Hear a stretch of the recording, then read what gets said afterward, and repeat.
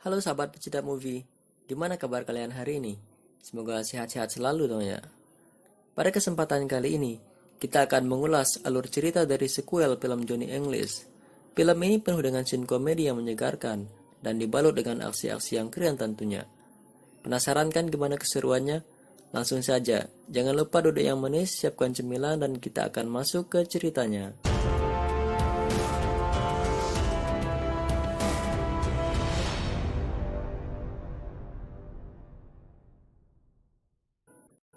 Scene memperlihatkan seorang pegawai di kantor intelijen MI7 yang lagi asik main game Temple Run. Tiba-tiba diganggu oleh serangan cyber yang membuat semua komputer di kantornya mengalami error berjamaah. Ia kemudian menelpon Perdana Menteri untuk melaporkan masalah ini. Ia menjelaskan kalau semua identitas dan data agen-agen rahasia yang masih aktif sudah terbongkar. Tentunya sangat berbahaya kalau menggunakan mereka untuk menyelidiki penyebab kasus ini.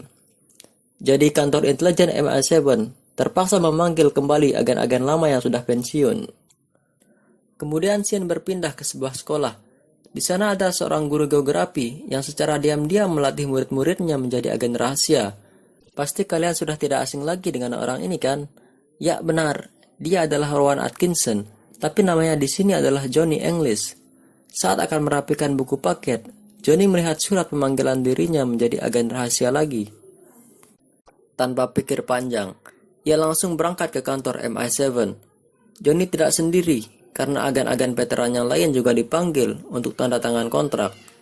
Salah satu dari mereka mengeluarkan sebuah pulpen yang bisa meledak kalau dalam beberapa detik telat ditutup. Kemudian, tibalah giliran Johnny yang tanda tangan, dan ia menggunakan pulpen yang sama. Mungkin karena baru pertama kali menggunakan pulpen seperti itu, ia tidak sengaja membuka tutupnya terlalu keras sampai terlempar ke dalam cangkir kopi yang baru datang.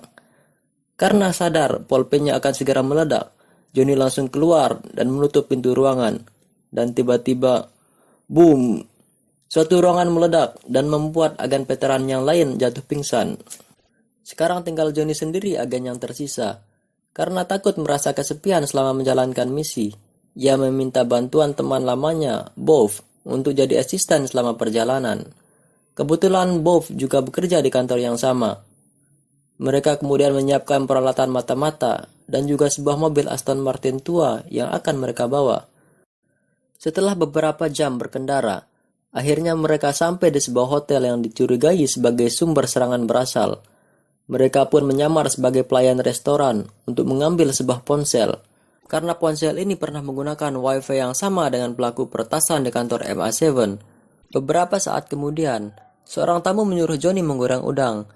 Karena tidak mau kalah gengsi, Johnny kemudian menuangkan bir ke wajan, agar wajahnya menyala ala-ala koki Cina. Tapi karena kecerobohannya, ia tidak sengaja meninggalkan udang yang masih menyala, hingga membuat restoran itu langsung kebakaran. Johnny dan Bob langsung kabur secara diam-diam karena nggak mau ganti rugi. Bermodal HP yang berhasil mereka curi, mereka menemukan foto yang memperlihatkan sebuah kapal pesiar. Berharap bisa menemukan petunjuk lebih, mereka langsung pergi mencari lokasi kapal pesiar itu. Setelah resah dan gelisah mencari, akhirnya ketemu juga. Kemudian keduanya mencoba menyelinap ke atas kapal. Tapi namanya juga kapal pesiar mewah, pasti keamanannya sangat ketat. Baru juga naik sebentar, mereka langsung tertangkap oleh operator kapal yang bernama Ophelia. Staf kapal yang lain mengurung mereka di sebuah ruangan. Untung saja, masih ada cotton bud peledak. Dengan menyelipkannya di sela-sela pintu, mereka berhasil menjebol pintu dan kabur sambil meninggalkan alat pelacak yang mereka pasang di ruangan server komputer kapal. Suatu hari di pinggir pantai, mereka melihat Ophelia akan menuju suatu tempat. Tanpa pikir panjang, mereka langsung tancap gas dan melakukan aksi kejar-kejaran.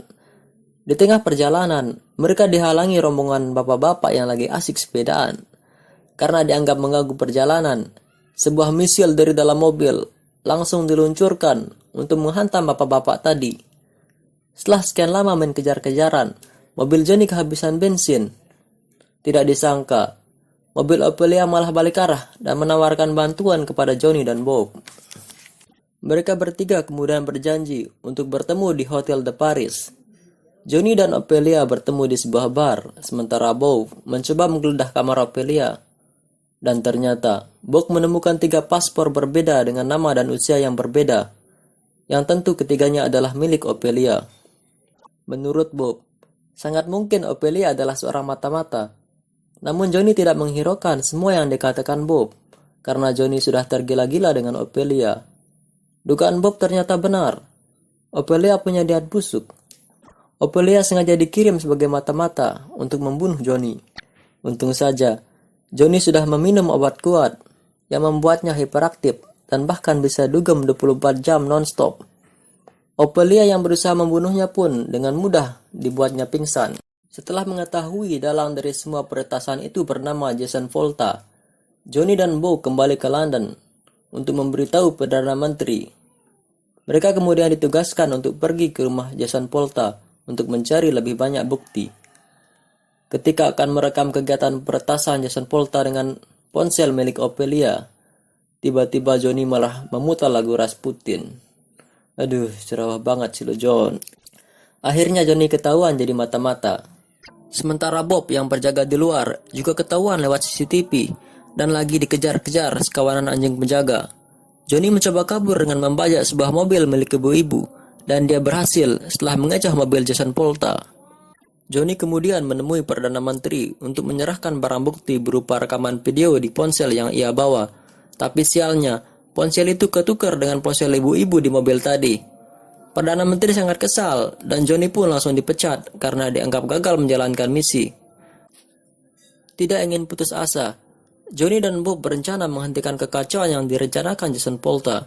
Kali ini, Bob meminta bantuan istrinya Lydia yang seorang kapten kapal selam untuk mengantar mereka ke Skotlandia. Kebetulan di sana akan diadakan pertemuan yang dihadiri para pemimpin dunia. Di sana Jason Volta berencana akan memeras mereka semua dengan mengancam akan mematikan internet. Johnny meminjam HP Ophelia untuk meminta bantuan ke kantor pusat. Kemudian ia menelpon Pegasus. Ia lupa peringatan Lydia tentang kalau menggunakan ponsel di dekat kapal selam akan membuat kapal selam itu akan error. Lydia mencoba menelpon kantor pusat karena sistem peluncur rudal tiba-tiba aktif.